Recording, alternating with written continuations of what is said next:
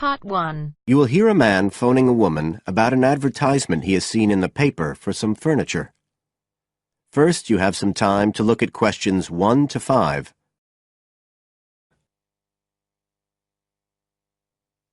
Now we shall begin. You should answer the questions as you listen, because you will not hear the recording a second time. Listen carefully and answer questions 1 to 5.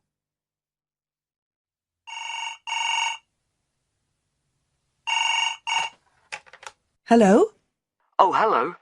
I'm ringing about the advertisement in yesterday's newspaper. The one for the bookcases.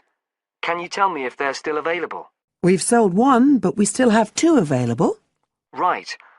Can you tell me a bit about them? Sure. What do you want to know? Well, I'm looking for something to fit in my study. I'm not too worried about the height, but the width's quite important. Can you tell me how wide each of them is?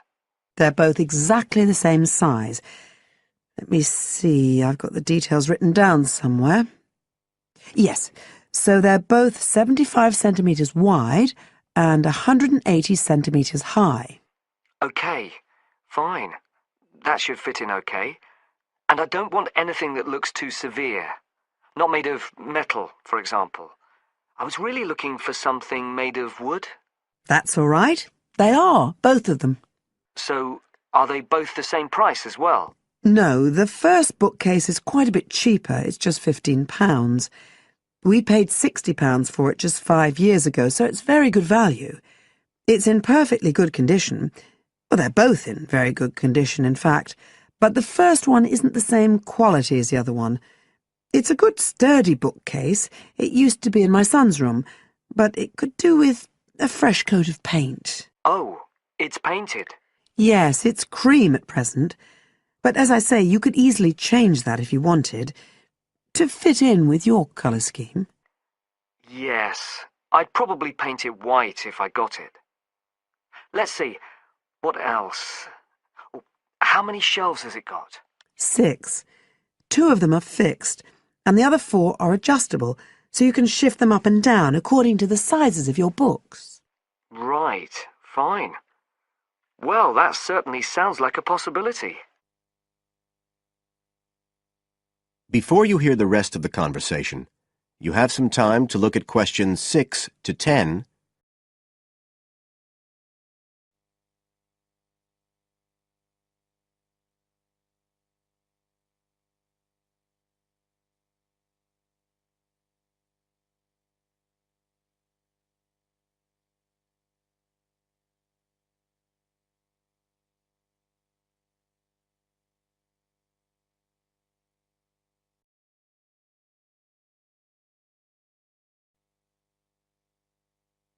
Now listen and answer questions 6 to 10.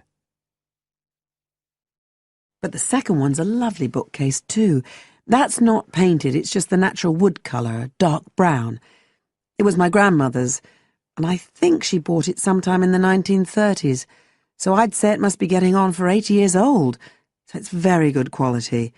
They don't make them like that nowadays. And you said it's the same dimensions as the first one? Yes, and it's got the 6 shelves, but it also has a cupboard at the bottom that's really useful for keeping odds and ends in. Right. Oh, and I nearly forgot to say, the other thing about it is it's got glass doors, so the books are all kept out of the dust. So it's really good value for the money. I'm really sorry to be selling it, but we just don't have the room for it. So what are you asking for that one? £95. It's quite a bit more, but it's a lovely piece of furniture. A real heirloom. Yes. All the same, it's a lot more than I wanted to pay. I didn't really want to go above 30 or 40. Anyway, the first one sounds fine for what I need. Just as you like. So, is it all right if I come round and have a look this evening? Then, if it's okay, I can take it away with me. Of course. So you'll be coming by car, will you? I've got a friend with a van, so I'll get him to bring me round. If you can just give me the details of where you live. Sure. I'm Mrs. Blake. Blake. That's right. And the address is 41 Oak Rise. That's in Stanton. OK, so I'll be coming from the town centre. Can you give me an idea of where you are? Yes. You know the road that goes out towards the university? Yes. Well, you take that road and you go on till you get to a roundabout. Go straight on, then Oak Rise is the first road to the right. Out towards the university, past the roundabout, first left. First right. And we're at the end of the road. Got it. So I'll be round at about 7, if that's all right. Oh, and my name's Connor. Connor Field. Fine. I'll see you then, Connor. Goodbye. Goodbye. That is the end of part 1. You now have half a minute to check your answers. Now turns to part 2. Part 2. You'll hear a lecturer talking to students about the ozone layer and CFCs. First, you have some time to look at questions 11 to 17. Now, listen carefully and answer questions 11 to 17. Today, it is well known that CFCs, or chlorofluorocarbons, can do immense damage to the ozone layer, which protects the Earth from harmful radiation from the sun. However, it was as recently as the mid-1970s when the connection between CFCs and ozone layer destruction was first established. The story starts back in 1957, when James Lovelock invented the electron capture detector. This is a machine that can detect very small amounts of a chemical compound in the atmosphere. Indeed, using the machine, it was Lovelock who was the first person to detect the widespread presence of CFCs in the Earth's atmosphere. In 1973, Lovelock, on a research trip which he'd funded himself, measured the amount of CFCs in the atmosphere in the Arctic and in Antarctica, but unfortunately came to the wrong conclusion that CFCs are not harmful to the environment. Following on from this work, though, in 1974, Sherry Rowland and Mario Molina published the very first scientific paper on the connection between CFCs and ozone depletion. This quickly prompted the world's first ban on the use of CFCs, which was enacted in 1975 by the US state of Oregon. Further bans followed. In 1978, the United States and several European countries banned the use of CFCs in spray cans. CFCs were still allowed to be used, though, for refrigeration and in solvents. It was in the mid-1980s that scientists in Antarctica observed a huge depletion in the ozone layer above them, often called the hole in the ozone layer. This led, in 1987, to the signing of the Montreal Protocol, which called for further reductions in the production and use of CFCs, and then, 2 years later, to a European Union agreement to ban the production of all CFCs by the end of the century. Before you hear the rest of the talk, you have some time to look at questions 18 to 20.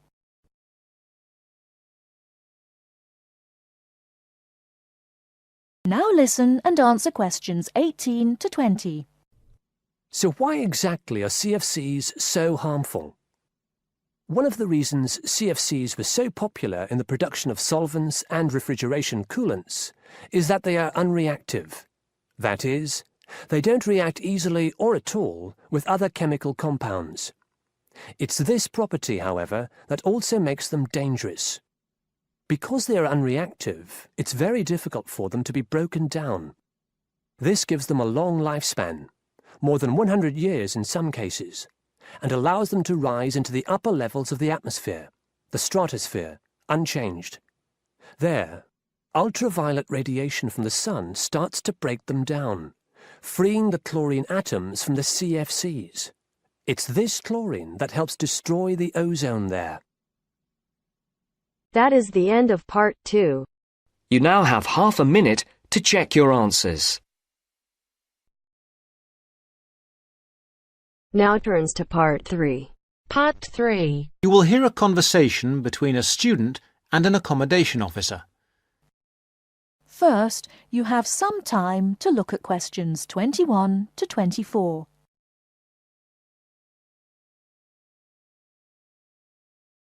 Now, listen carefully and answer questions 21 to 24. Well, you have left things a bit late. Have you tried looking for somewhere in Newbridge? Newbridge? No, I haven't. I've never heard of Newbridge. Well, let me show you. I've got a map here. Here's where everything is. You come into Newbridge over the bridge, and the main road in front of you is, surprisingly enough, the High Street. This is one of the main streets. And branching off to the left, you can see there, is West Street. That is another busy part of town. I see. Now, as I was saying, here is the High Street, and here is West Street going left. Now, if you go along West Street, the first place you come to on your right is the supermarket. It's not a very big one, but it's got most things you're likely to need. Next to it, there's the Old Town Hall. I say the Old Town Hall because it is about 100 years old, but it will soon make way for a car park, I'm afraid. I suppose the car is king. Now, opposite the supermarket is the railway station. You can get very frequent buses and trains from here into the university. And next to that is the sports centre. It's a brand new one and was built on the site of some tennis courts. So that's progress. It's got everything the keen sportsman like yourself might require. Now, that's the centre of town, and I want to point out to you the buildings opposite the supermarket, but on the other side of London Road. There are two buildings there. The one further away from the High Street is called the Heights, and the one nearer the High Street is called the Towers. What are they? They are where you could find a flat. One of them, the Heights, has a number of flats for rent at the moment. Oh, good. Before you hear the rest of the talk, you have 30. some time to look at questions 25 to 30. Now listen and answer questions 25 to 30. Now, the first one is flat 4. That's a nice flat with a balcony, and you need to apply to the Newbridge Accommodation Agency to ask about that one. You'll find their number in the phone book. Number 6 is another nice one which has been empty for a while, and you can ring the owner directly, I think. Yes, I've got her number written here. There it is. Right, thank you. Good. Now, number 8 is a re-advertisement. What do you mean? Well, it did have a tenant, but now it is for rent again, so I'd like to ask about that one. Leave it with me and I'll look into it for you. Then we can talk about it when I've got more information. OK. Are there others in this block? Yes, there's number 10. Now, this one's a bit strange. It's advertised with an agency as well as privately in the local paper. Normally, if it's advertised through an agency, you shouldn't really go behind the agency and go directly to the owner. But on this occasion, I suggest you just answer the advert here in the newspaper, which the owner has obviously put in. OK. Finally, there is number 14. This is with the New Start Agency.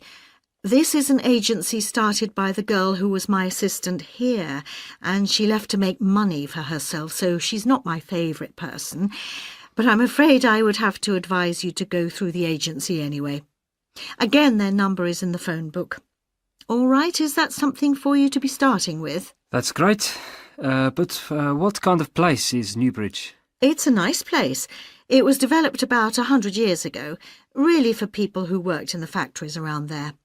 They were clothing factories and everyone worked in them, men, women, boys and girls. Then, when the factories closed down, things got very difficult for the town. There was a huge amount of unemployment until a few years ago when, in the telecoms boom, a company making mobile phones started up. I think your phone was made in Newbridge. And now this company employs most of the people in the town. There are new housing estates on the edge of the town, but they're mostly occupied by young families, and there isn't much student accommodation there. Most flats and so on are in the centre. That sounds good. Well, let me know how you get on. Yes, of course. Thank you. Bye. Bye. Now turns to Part 4. Part 4.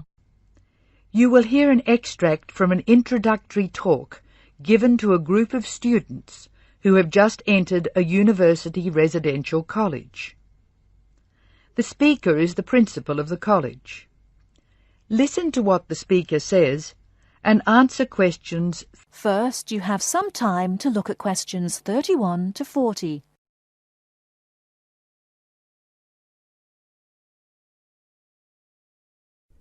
Now, listen carefully and answer questions 31 to 40. Good morning and welcome to Scholastic House. I'm delighted to see you here. It is my duty to explain to you some of the history of our college and some of the traditions which I hope you will uphold. The idea for Scholastic House was expounded by Samuel Wells in 1898. Wells was a visionary whose ideas were well ahead of his time. He wanted a college which would encourage friendship between people of different races and nationalities.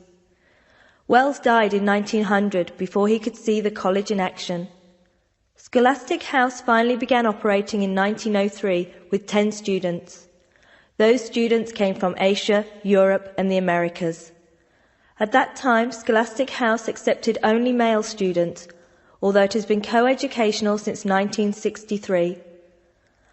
9 of these foundation students went on to lead illustrious lives.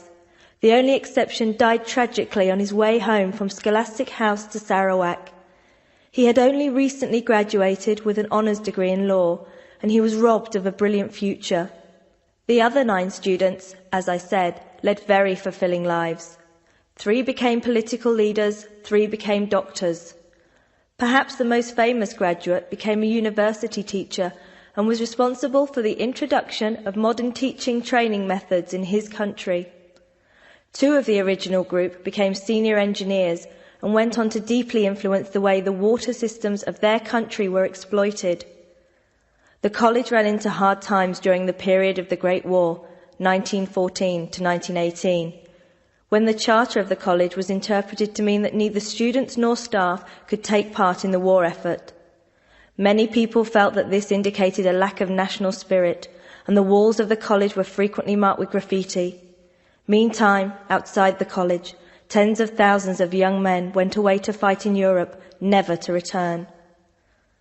The college was building a reputation for learning and for tolerance of opposing views. Scholastic House debate and discussion nights were open to the public in 1927 and have been available to anyone who wishes to attend ever since. It is a proud tradition of the college that any view may be expressed, provided that it can be defended intellectually. Over the years, topics which were controversial at the time have been discussed and debated. Why should we do this? The publicity we receive is often sensational, and there is no joy in encouraging argument for its own sake. In fact, that sort of discussion just increases tension. The only legitimate reason for our behaviour is that it casts light upon the topic in question and informs the debate. And controversial topics are the ones which most need informed attention. As the world forges ahead, we often find our scientists have outstripped our philosophers. We frequently develop scientific marvels without realizing their full implications. Nowhere is this more obvious than in medicine. We are now able to keep people alive far longer than before. But this medical ability must be measured in relation to the quality of those lives. I urge you to spend your time at Scholastic House wisely. You are the heirs of an excellent academic tradition of which we can all be justly proud. It is your responsibility to continue this tradition of querying where our world is going. Progress is not always upwards. I wish you every joy in your time here, and I hope that I will hear much well-informed debate from you. That is the end of Part 4. You now have half a minute to check your answers.